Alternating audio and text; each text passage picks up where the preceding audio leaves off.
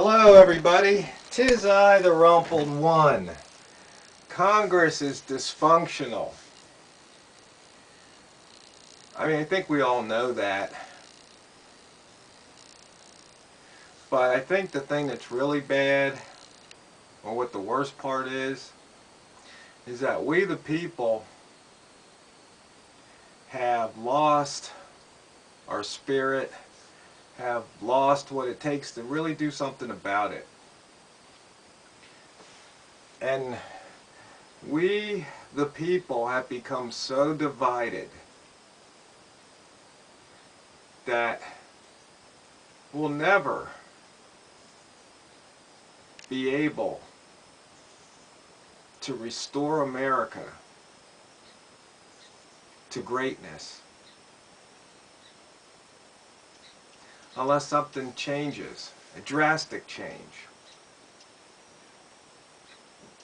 And the thing about it is, the change has to start right here. You gotta look in the mirror and say, what kind of energy am I putting out there? What am I doing to set an example?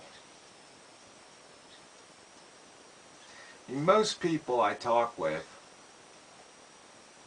just out random people here in Mayberry or up in Mount Pilot, they're not interested in politics. They don't want to discuss politics. They hate politics. They basically turn their back on their civic responsibility. And I don't think they do it because they don't care. I think they do it because they just feel hopeless. They feel like they don't have any personal power or that their vote makes a difference. I was talking with a friend and they said that on the local level they get involved, but as far as federal, it's like my vote doesn't count. You know, they don't believe they have any impact. And you see, if that's what's going on up here, if that's what you feel in your heart, that you don't have any impact, then they've won. It's that simple. They have won. They being the elected leaders and their puppet masters, the people pulling the strings. You know, the more I look at what's happened over the course of my life and then over the course of, American history, it's kind of obvious. I mean, from the beginning, the whole thing was set up to almost replicate what was going on over in England with the Lords. Because I was wondering about the two-party system, so of course I Googled it, and once again, thousands if not millions of answers there. So I read a couple.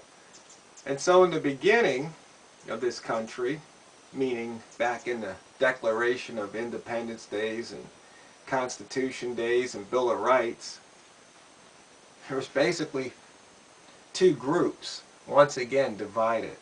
There were the Federalists and the Anti-Federalists.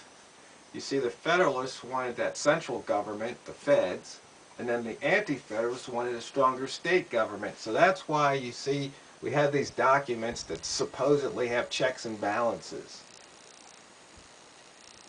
But the funny thing is, the whole time, you've got the feds, you've got the state, down here you got we the people. So we had this illusion that we could somehow control these people. And so you got to remember, a lot of those signers of the Declaration of Independence were slave owners. So they already had the mentality that there should be a group of people who are subservient to them, who have to bow down, who do their bidding, who serve them. I mean, if you think about it, I think I've done a video about that before, but just the idea of one person serving another. You know, I talked about it, or they talk about it in that movie Ghetto Physics, you know, running the game. How can one person profit off of the output, the work, the sweat, the toil of another, while they actually do nothing? I mean, that concept in itself is kind of mind-boggling. I guess maybe that came from religion, where you want to serve God, and then some people thought they were God, or God-like.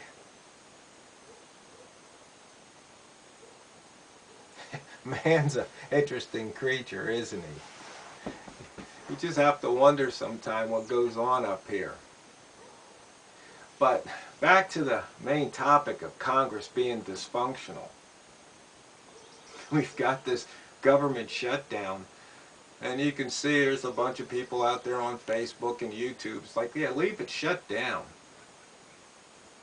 But then again, there's always the unintended consequences.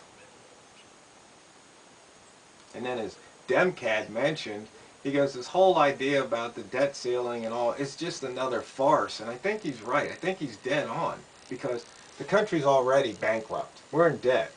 You know, past our nose, past our eyeballs, we're underwater and drowning in debt. And we have a deficit. So it's just getting worse. It's not getting better. I mean, we're spending more than we take in. So the debt's piling up, and we've got this, we don't even have a budget, really. It's just ludicrous.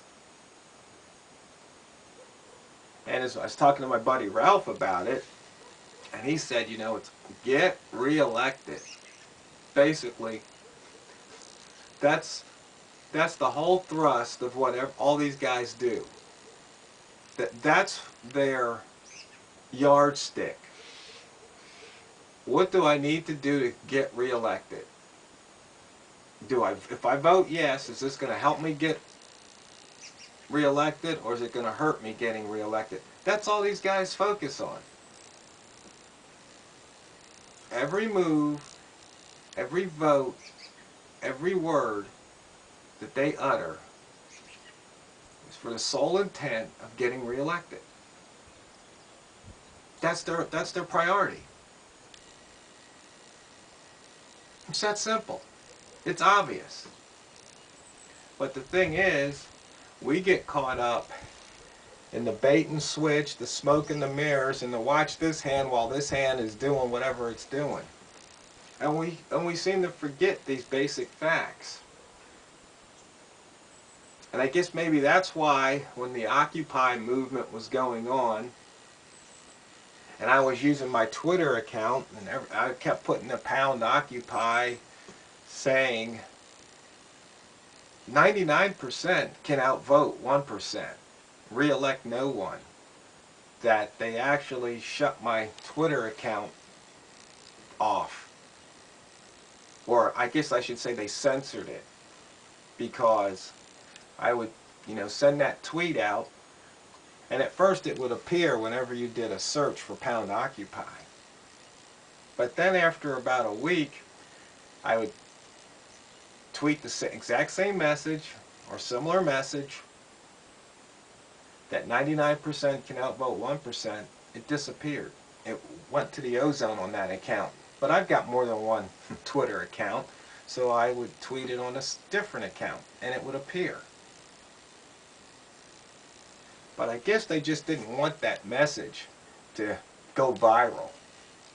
Because that's all it would take. Is if the 99% would go, wait a minute, we actually could affect change. All we have to do is not re-elect anybody for a decade. Re-elect no one. You get in, and then we're not going to re-elect you. Because chances are we don't have the government. It's going to take a while to get the government we want. And if we just did that, Sooner or later, we'd get the 100th monkey to wake up and go, wait a minute, we got to do what the people want or they're not going to reelect us.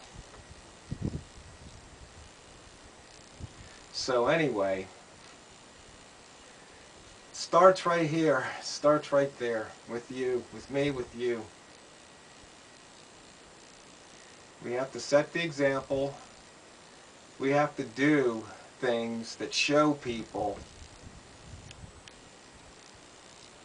that we do believe in the country. We do believe that we make a difference. It's up to us. Can't wait for your neighbor. It's up to you, up to me. That's it. It's that simple. And the message that we send is clear when we talk to these people.